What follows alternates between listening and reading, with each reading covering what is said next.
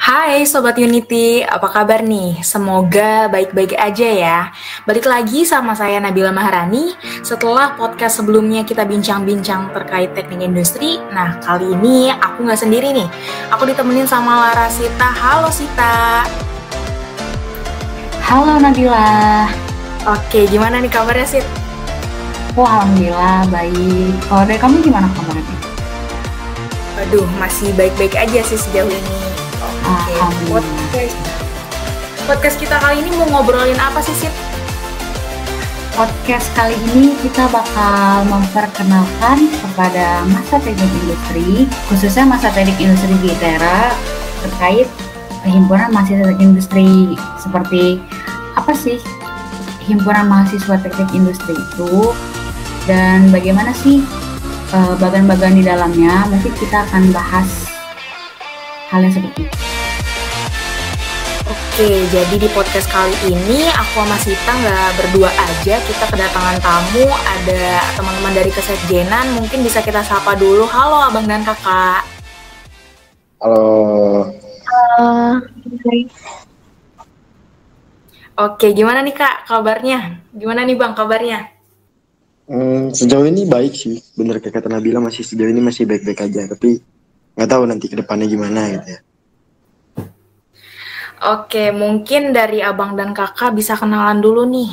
Abang kakak ini dari posisinya sebagai apa sih di himpunan kita ini? Mungkin kita mulai dari Bang Irfan dulu kayak Kak Nabila. Boleh nih Bang Irfan, kenalan dong. Oke, makasih. Halo semuanya, selamat datang di podcast kali ini lah gitu ya, biar kita lebih akrab lah gitu kan. Perkenalkan, nama saya Irfan Syarif, saya sebagai ketua himpunan di periode keempat ini gitu. Mungkin itu. Salam kenal Bang Irfan Syarif. Mungkin bisa kita lanjut ke Bang Sekretaris Jenderal, Bang Dika. Kepada Bang Dika dipersilakan untuk memperkenalkan diri.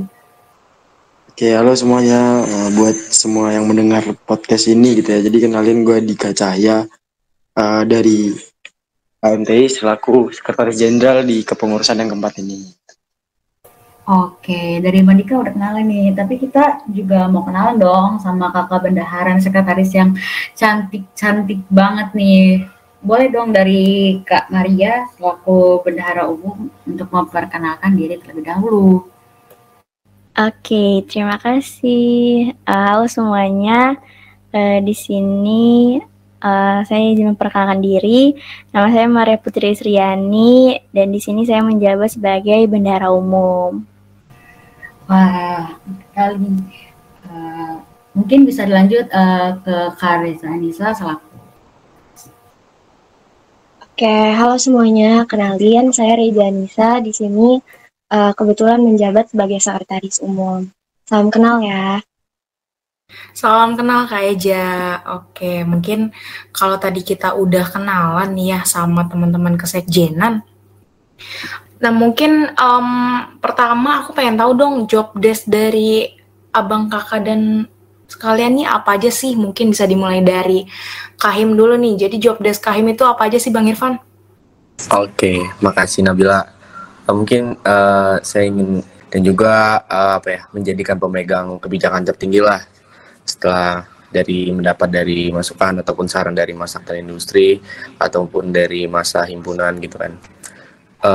Lalu untuk job desk-nya itu tentunya sih gini, mengkoordinasi itu yang ada seperti masalah ada di kampus dengan membawa dengan landasan bahwa ada permasalahan apa di himpunan kita bawa ke kampus. Nah itu bisa saya bawakan untuk koordinasi ke dalam kampus gitu kan. Lanjut ada kalau menjaga stabilitas gitu kan, dan profesionalitas dan juga kekeluargaan lah dari HMTI ITERA. Nah itu jadi tugas dan tanggung jawab saya sendiri gitu, jadi ketua himpunan di sini.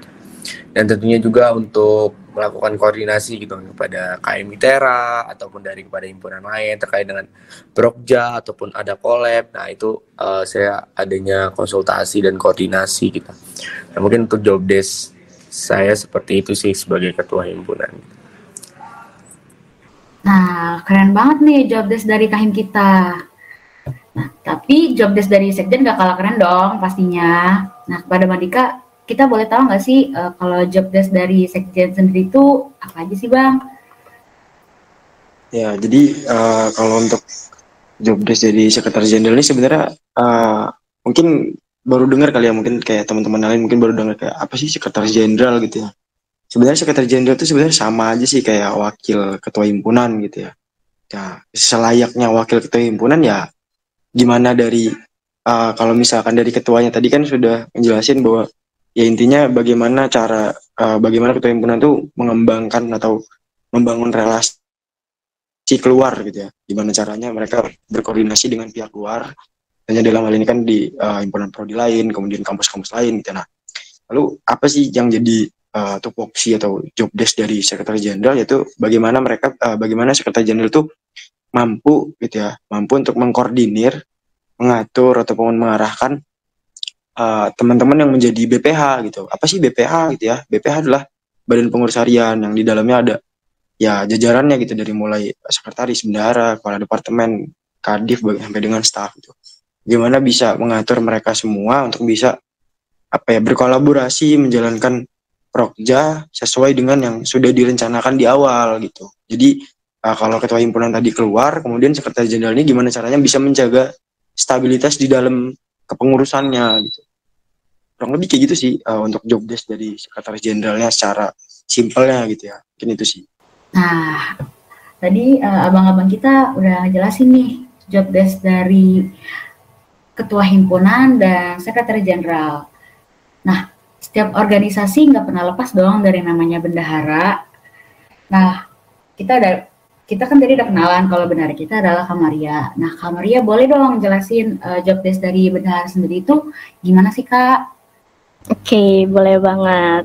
Nah, kalau dari kebendaraan sendiri udah pasti ya, nggak jauh dari yang namanya keuangan gitu. Nah, di sini kita tuh mengkoordinasikan seluruh aktivitas pengelolaan keuangan himpunan di himpunan HMTI Tera ini.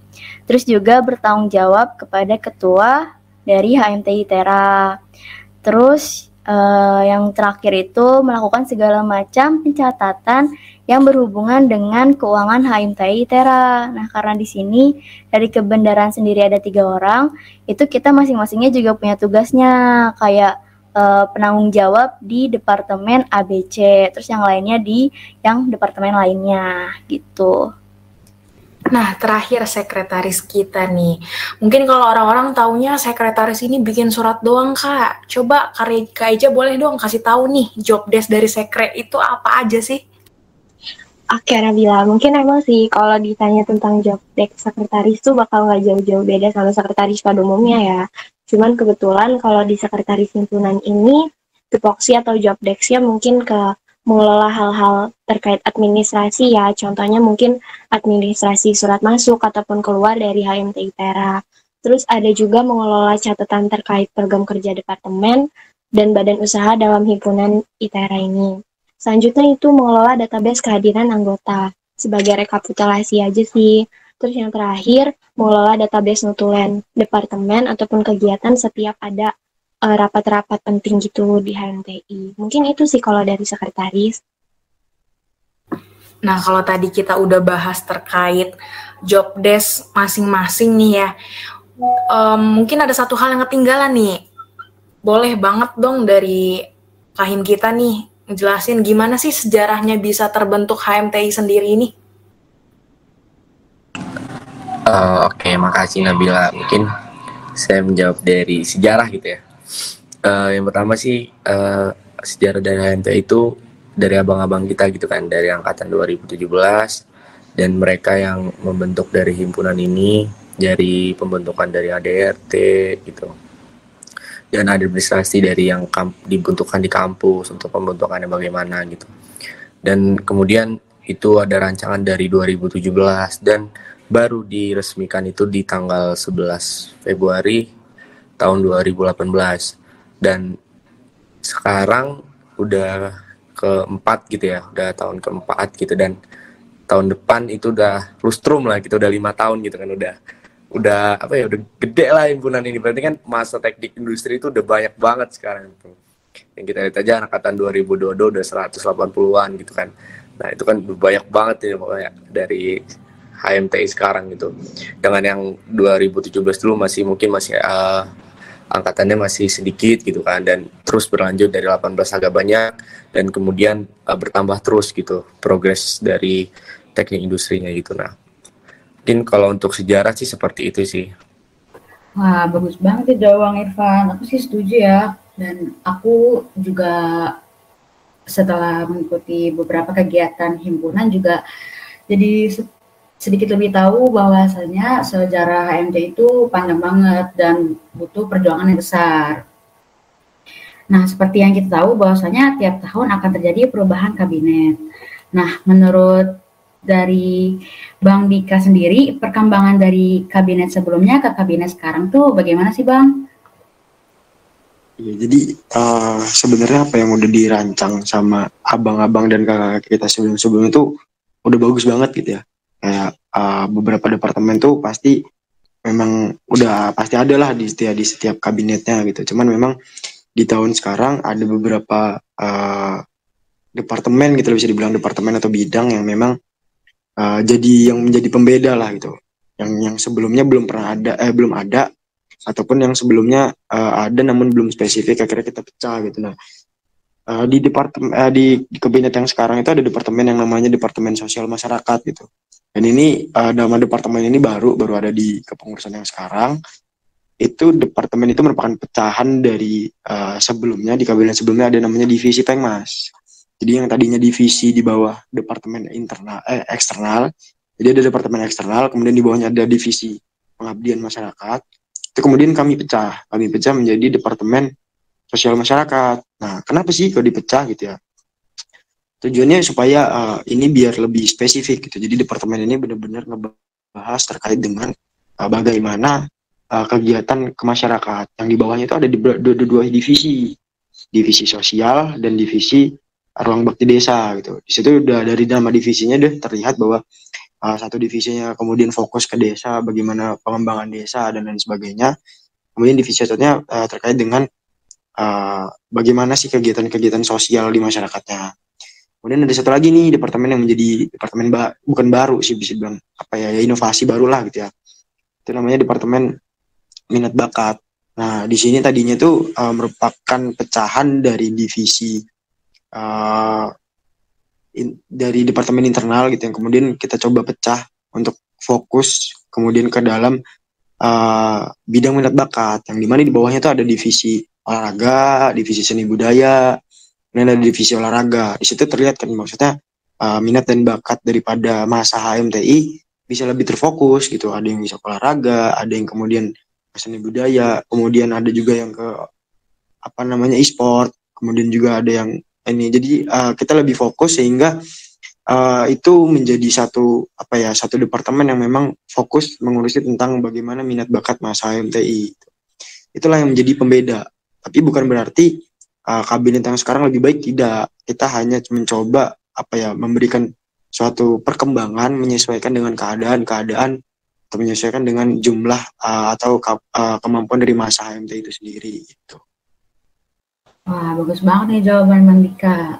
Nah, sama Bang Dika sendiri itu tadi tuh udah di-spill nih bahwasanya di HMTI itu terdapat beberapa departemen dan divisinya. Nah, seperti yang kita tahu bahwasanya dalam HMTI terdapat beberapa departemen yang terdiri dari beberapa divisi. Nah, tiap divisi punya prokja dong guna memajukan HMTI. Tapi tiap prokja kayaknya butuh dana deh. Nah, menurut Kak Maria sendiri, gimana sih cara membagi uang sedemikian banyaknya prokja himpunan yang ada? Oke, aku izin menjawab ya. Jadi kalau buat cara ngebaginya tuh pastikan di awal periode tuh kita ada rancangan program kerja. Nah, di situ juga kita diharuskan membuat RAB-nya atau rancangan anggaran biayanya. Itu dimaksudkan biar masing-masing departemen tuh tahu apa aja tuh kebutuhannya, dan dari pihak kebendaraan juga udah bisa mengestimasi gitu. Karena dari situ juga dari RAB kita bisa nentuin iuran kasnya. Nah, baru aktualnya nanti kan mungkin ada 11-12 bedanya gitu, tapi nggak jauh beda dari RAB gitu. Nah, makanya buat ngeplot-plotinnya ya kita based on RAB itu. Oke, mungkin tadi kan udah disinggung juga nih ya, kalau di himpunan kita ada beberapa departemen dan divisi gitu. Aku mau nanya dong ke Kak Eja nih, selaku sekretaris, gimana sih caranya koordinasi yang baik sama sekretaris tiap departemennya? Oke, makasih Nabila untuk pertanyaannya. Mungkin mau jawab kalau misalnya cara koordinasi ya, karena kebetulan kan di himpunan ini periode ini ada 3 sekretaris, dan kebetulan juga departemennya yang udah dijelasin sama Dika tuh udah cukup banyak ya. Jadi biar koordinasinya semakin jalan terus, itu kita masing-masing megang beberapa departemen. Misalnya kalau saya sendiri itu megang departemen profesi industri dengan eksternal, terus sekretaris 1 itu megang departemen internal, PSDM sama DUMH. Sedangkan kalau untuk sekretaris 2 itu megang departemen sosial masyarakat, minat dan bakat, dan juga kominfo. Nanti mungkin kalau misalnya ada info-info terkait berita acara ataupun hal-hal administrasi lainnya, PJ-PJ itu yang bakal hubungin sekdep langsung. Mungkin kayak gitu sih. Oke, mungkin kita lanjut ya. Kalau tadi udah bahas terkait sejarah, terus kita juga udah tahu nih perkembangan apa aja sih dari kabinet-kabinet sebelumnya. Mungkin dari Bang Irfan sendiri, kira-kira arah himpunan ke depannya ini kayak gimana ya, Bang? Oke, makasih pertanyaannya. Saya izin menjawab ya. Terkait dengan arah himpunan gitu ya. Dari menurut saya sendiri ya, yang saya bawakan gitu kan ya. Saya beralasan dengan ADRT gitu kan. Dari HMT ITERA sendiri bersifat kalau yang pertama itu ada kekeluargaan dan kedua itu ada profesional gitu kan. Nah, di sini adalah HMT ITERA itu adalah menjunjung tinggi tentang kepentingan bersama gitu kan. Dan juga untuk profesionalnya itu kayak kita bersikap dan bertindak sesuai dengan hak dan kewajibannya gitu. Nah, dari hal ini saya membawakan gitu kan, dari arah himpunan ini ada landasannya gitu kan. Nah, berarti saya ada improvisasinya gitu.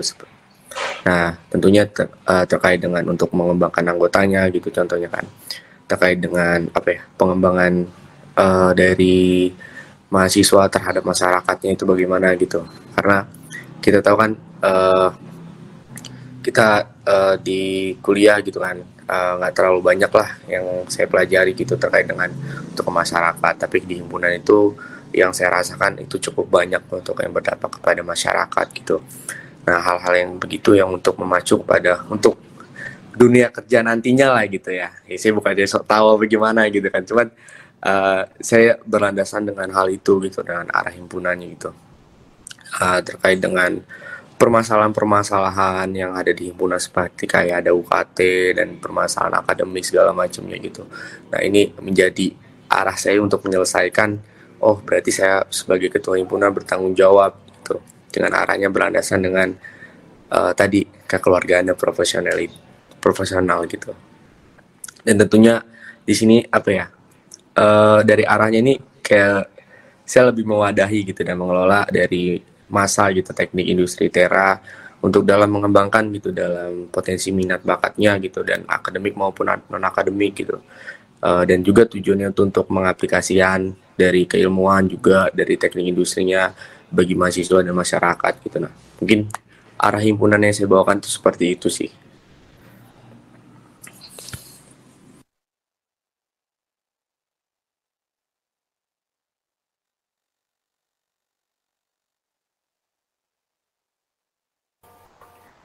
Oke, tadi Bang Irfan sudah menyebutkan sedikit-sedikit mengenai masa himpunan teknik industri ITERA. Nah, kamu tahu nggak sih Bil, kalau masa himpunan teknik industri itu banyak banget. Nah, pastinya tiap individu itu punya karakter yang berbeda-beda dong. Nah, menurut Bang Dika sendiri, gimana sih Bang cara nyatuin keseluruhan pengurus HMT ini kalau melihat berdasarkan latar belakang karakter yang berbeda-beda? Oke, jadi kalau tadi Sita nanya gitu ya, kayak mana sih cara nyatuinnya gitu ya. Sebenarnya gimana ya jawabnya? Jadi kayak pertama yang harus dilakukan adalah kita harus bisa dulu, misalkan ada satu permasalahan gitu ya, ada satu permasalahan yang kita harus diskusikan gitu. Tentunya kan pasti namanya kita banyak orang, artinya kan banyak kepala dan banyak pendapat, ya kan. Nah, untuk bisa nyatuin pendapat itu kita harus berusaha memahami kenapa sih mereka berpendapat kayak gitu. Kenapa sih mereka bisa berargumen atau mengeluarkan statement seperti itu gitu. Kita harus tahu dulu alasannya kenapa. Ketika kita tahu, nah kita harus bisa memposisikan diri gitu kan. Memposisikan diri sebagai mereka. Nah, ketika kita sudah bisa memposisikan diri itu, kita akan mengerti. Nah, ketika kita bisa mengerti, disitulah fase dimana kita akhirnya bisa memahami dan kita bisa jadi titik temunya di mana nih sebenarnya. Akhirnya kita bisa ketemu satu suara atau satu solusi yang bisa jadi jalan keluarnya. Kemudian ketika misalkan ada satu konflik atau ada satu permasalahan-permasalahan miskomunikasi itu, ya pastilah gitu ya. Sita dan Nabila juga pasti dalam berorganisasi ya pasti pernah lah kan, gitu kan, terkait dengan miskomunikasi ini gitu. Nah, caranya adalah kita cari tahu dulu nih akar miskomunikasinya di mana sih sebenarnya gitu. Ketika kita udah tahu, kita coba benahi di situ gitu. Kemudian bagaimana sih cara menyatukan ego-ego daripada seluruh orang yang ada di pengurus ini gitu ya. Ya satu-satunya cara gitu ya untuk kita bisa nyatu adalah kita mengalah atau kita bisa bahasanya menerima bahwa memang kepribadiannya seperti ini, memang egonya seperti ini. Ketika kita bisa menerima bahasanya bisa legowo kali ya, bahasanya legowo. Tahu legowo nggak? Lapang dada gitu lah, mungkin lapang dada dengan sikap mereka. Kita akan bisa ngadepin mereka tuh dengan kepala dingin, dengan yang sejuk lah gitu. Akhirnya bisa sama-sama enjoy.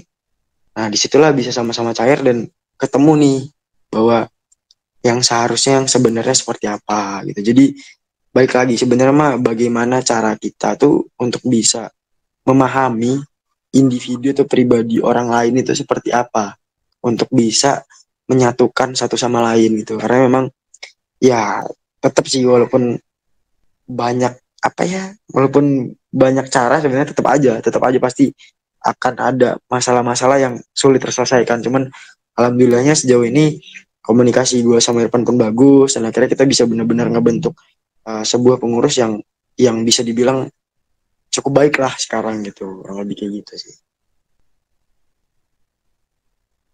Oke, aku setuju banget ya. Jadi apapun masalahnya memang sebenarnya kunci utamanya kita harus bisa saling memahami sih ya sesama pengurus himpunan juga gitu, supaya tujuan-tujuan yang emang kita udah rancang di awal ini bakal tercapai gitu. Nah, tapi aku ada kayak penasaran gitu sih Bill, kayak ada yang mau tanyain gitu sama Kak Maria. Kira-kira ada nggak sih Kak SOP pengajuan dana dari departemen yang ada di HMTI ke bendahara? Oke, buat SOP sendiri itu ada ya. Jadi biar mekanismenya jelas dan juga kita tahu stakeholdernya siapa aja yang terlibat, itu dari SOP sendiri ada kepentingan pencairan dananya. Yang pertama itu yang pasti untuk melaksanakan program kerja dong. Terus yang kedua itu untuk pembiayaan, pendelegasian yang berhubungan juga dengan program kerja. Nah, selain itu untuk mekanisme sendiri itu nanti dari departemen itu akan membuat surat pengajuan dana atau SPD. Itu yang bikin dan yang dibuat oleh dari departemen dan nomornya juga pasti dari departemen. Terus ada pembagiannya juga nih. Kalau misalkan kurang dari 500.000 itu diajuinnya maksimal itu 3 hari sebelum program kerja dilaksanakan. Terus kalau lebih dari 500.000 itu maksimalnya itu 7 hari sebelum program kerja dilaksanakan. Kenapa? Karena biar kita juga bisa tahu nih, kita bisa estimasiin antara uang kas yang ada sekarang sama kepentingan mereka gitu. Karena kan nggak hanya satu departemen nih, siapa tahu ada banyak departemen yang mau ngajuin di satu waktu gitu. Nah, kita kan harus nyiapin dulu tuh, bisa nggak nih kira-kira dibagiin ke beberapa departemen ini. Terus dari situ nanti tiap departemennya bakalan ngasih ke pihak kebendaraan. Kalau dari kita kebendaraan dan juga dari ketua himpunan udah setuju, baru deh diajuin ke DPO. Nanti dari DPO setuju, baru deh dananya cair ke departemen tersebut. Oke, berarti buat ngajuin dana nih memang ada prosesnya ya teman-teman. Jadi kita nggak bisa langsung minta, Kak mau minta dana dong buat Prokja ini gitu. Karena memang ada alur-alur yang memang harus kita ikutin gitu teman-teman. Nah, mungkin buat sekretaris nih, aku pengen tanya terkait administrasi surat menyurat sendiri. Sejauh ini surat menyuratnya sendiri jenis surat apa sih Kak yang paling sering banget dikeluarin tuh? Oke, mungkin sejauh ini surat-surat beberapa yang keluar dari himpunan, dari sekretaris sendiri, mungkin lebih banyak ke surat undangan ya. Karena surat undangan itu kayak ada beberapa jenis, misalnya kayak surat undangan ke pembina, ke paprodi, ke dosen-dosen TI, atau surat undangan ke masa himpunan. Terus kadang kalau misalnya ada pemateri ataupun misalnya mau undang-undang kegiatan Ramatama, itu juga kita nyiapin surat undangan ke beberapa himpunan lain. Selain itu juga ada surat-surat kayak perizinan seperti perizinan tempat ataupun kegiatan. Terus kalau misalnya kita butuh barang yang emang di himpunan itu kita nggak punya, kita bisa ngeluarin surat peminjaman barang ataupun alat. Terus apa lagi ya? Mungkin kalau misalnya surat-surat yang bersifat individu ya, itu lebih ke surat tugas, surat delegasi, ataupun surat keterangan organisasi aktif yang bisa banget himpunan mahasiswa TI, masa TI ya, itu minta kalau misalnya butuh surat-surat keterangan organisasi itu ke sekretaris himpunan. Mungkin gitu sih. Oke, last question nih. Kira-kira harapan dari abang dan kakak sendiri terkait himpunan ini ke depannya harapannya bakal seperti apa sih? Mungkin boleh nih dari kain kita yang jawab. Oke, makasih. Saya ingin menjawab terkait dengan harapan dari saya sendiri sebenarnya lebih apa ya, dari hal banyak lah, lebih membanyakan hal lebih menekankan dalam hal banyak diskusi ataupun banyak kita mengembangkan suatu objek atau penelitian segala macam gitu.